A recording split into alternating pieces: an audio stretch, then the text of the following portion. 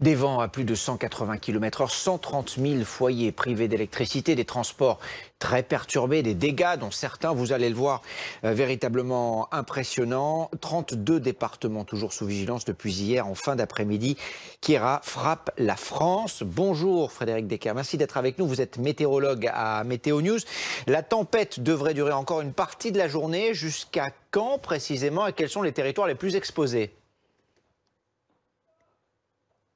La tempête est tout de même passée, ça se calme progressivement. On a encore quelques rafales autour de 100 km/h actuellement sur la Lorraine et l'Alsace. Ça va diminuer ces prochaines heures. Sur le reste de la France, ça se calme un petit peu également, autour de 70-80 km/h en général. Un petit peu plus sur la côte d'Opale, encore 100-110. Par contre, ça va à nouveau s'accélérer un petit peu cet après-midi par le nord-ouest. Des rafales qui vont à nouveau dépasser les 100 km/h en Bretagne, puis en Normandie. Ensuite, 80-90 pour la fin d'après-midi soirée sur un large quart nord-ouest, y compris le bassin parisien. Donc on parlera plus vraiment de tempête, mais tout de même un bon coup de vent à nouveau pour la fin de la journée.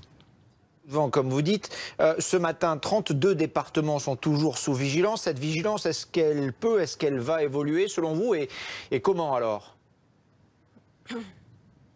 Elle devrait assez peu évoluer, puisque c'est toujours une bonne moitié nord de la France qui est vraiment concernée par ces vents violents, donc encore toute la journée jusqu'à la nuit prochaine, donc avec des baisses ou des hausses selon les moments. Donc ce matin, c'est la relative accalmie avant la reprise de ce vent justement dans l'après-midi, la soirée. On surveille notamment pour ce soir le passage d'une ligne de grains qui pourrait donner des fortes rafales, notamment sur la Normandie, la Bretagne ou encore les Hauts-de-France, des rafales qui pourraient dépasser les 100 km/h, notamment sur le littoral.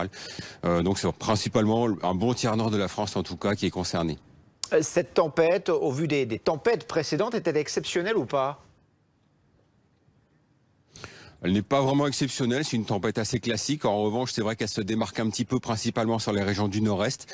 Là, on a tout de même atteint 121 km/h, par exemple à Nancy et à Strasbourg. C'est assez rare d'atteindre de telles valeurs sur ces régions. Habituellement, c'est plutôt en Normandie ou encore en Bretagne qu'on atteint des valeurs aussi élevées.